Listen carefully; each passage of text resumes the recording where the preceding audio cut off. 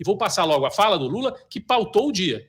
A fala do Lula pautou o dia todo, lá na posse do Mercadante, no Rio de Janeiro. Sobre os juros, aí ele não estava falando do BNDES, estava falando do Banco Central.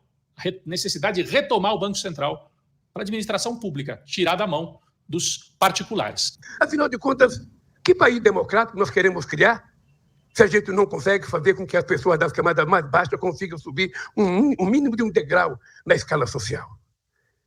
E é para isso, meu caro companheiro Luiz Mercadante, que o BNDES pode prestar um serviço extraordinário. É para isso que o BNDES pode contribuir para fazer com que a taxa de juros nesse país caia do jeito que está. Porque eu vou dizer uma coisa para vocês, não tem explicação para que a taxa de juros esteja a 3,5%.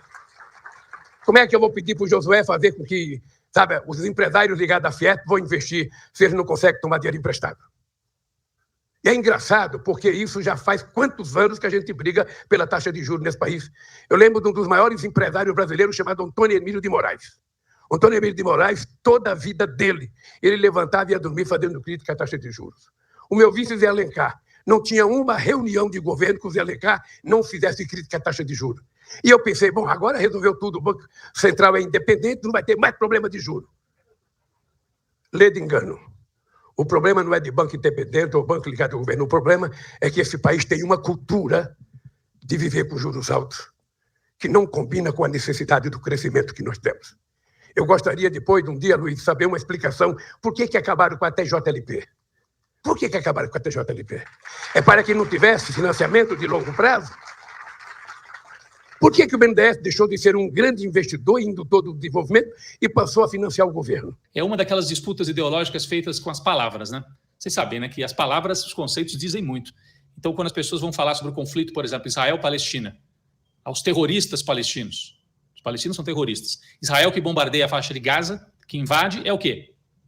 Eu acho que não se deve generalizar. Nem os palestinos são terroristas, nem o Estado de Israel como um todo é terrorista. Mas é uma batalha ideológica. Jamais chamam Israel de terrorista, mas os palestinos são chamados de terroristas. Aí, Banco Central independente. Independente do quê?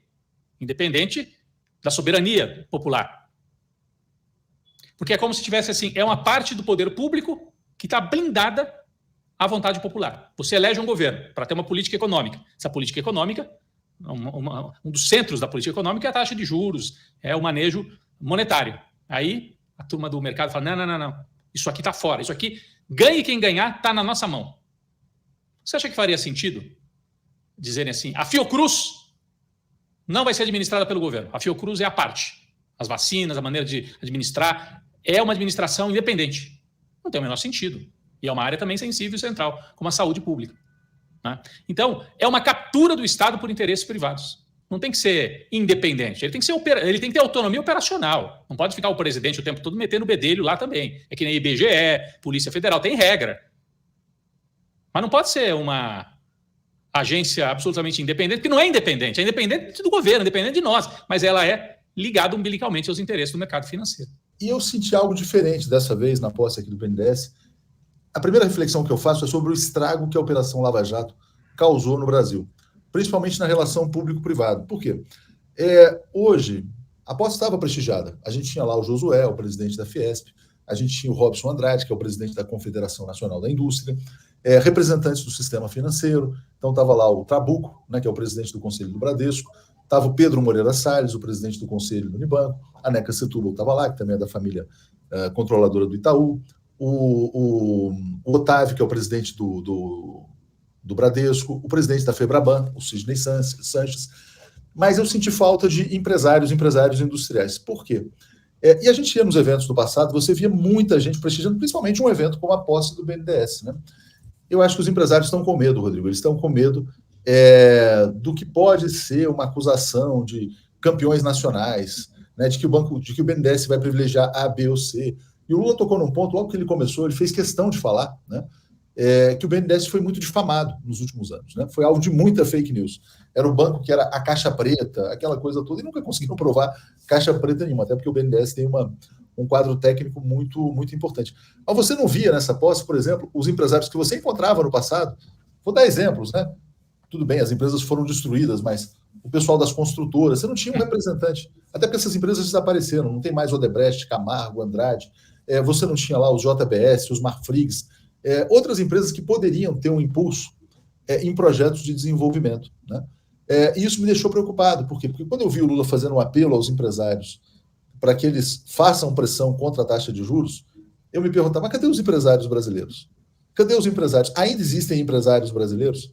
Então essa foi a minha primeira preocupação. E eu receio, né, que o Lula acabe pregando para um vazio, né, para um vazio que seja assim, não, vocês têm que pressionar para reduzir a taxa de juros. E você tem empresários no Brasil que não querem mais ser empresários, que querem multiplicar o capital no capitalismo parasitário da taxa de juros. O Lula falou, olha, eu boto muita fé em você, Aloysio. É importante, de fato, que o BNDES possa puxar o desenvolvimento brasileiro. Mas o Aloysio não vai fazer sozinho, ele não vai fazer sem empresário. Se não tiverem empresários querendo investir na economia real, o banco não pode fazer nada, né? Um banco não pode fazer nada se não houver empresários dispostos a investir. E eu acho que o empresário, a elite brasileira se viciou no capitalismo dos parasitas. É uma pena, porque no passado não era assim. Eu me lembro, era completamente diferente o Brasil de 2010. 2010, 2011, era todo mundo querendo fazer coisas novas, porque a economia ia bombar, porque o Brasil ia crescer, porque muita gente ia ser incluída no mercado de consumo. Hoje, a sensação que eu tive, olhando para os empresários, o Lula querendo resgatar aquele Brasil de 2010, e os empresários, mas do jeito que tá bom, deixa a economia desse tamanho, sem crescer, e o Banco Central entregando aí um pedaço grande da renda nacional para a gente, que tá bom.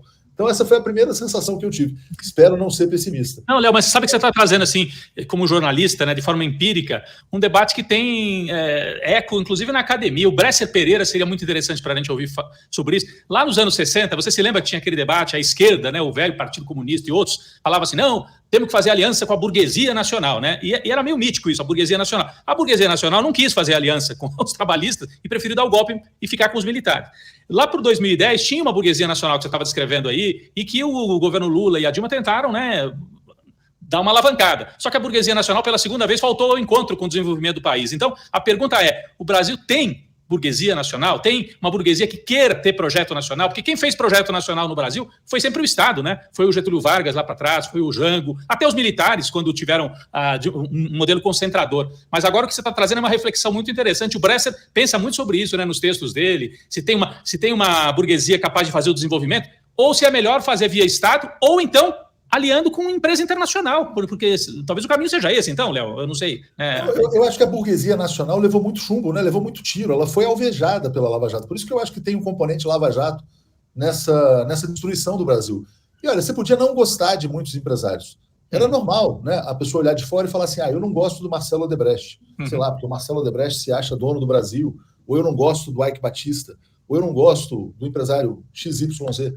Mas sem o empresário disposto a tomar risco e a investir, as coisas não acontecem, né? A menos que a gente volte para aquele modelo em que o Estado fazia grandes projetos, né, que também não está no horizonte. Então, essa burguesia nacional que foi muito atacada, ela ficou recolhida, recuada, né?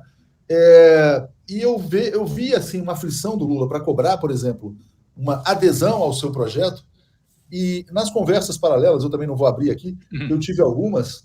Eu vi muita gente na plateia dizendo não dá para mexer com o Banco Central.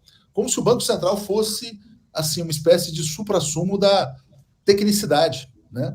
Então, e de fato, assim, Rodrigo, essa taxa de juros no Brasil, ela não está errada nesse ano. Ela está errada no Brasil há uns 20 anos. Né? Há uns 20 anos que o Brasil tem uma taxa de juros excessiva, né, que transfere a renda do andar de baixo para o andar de cima.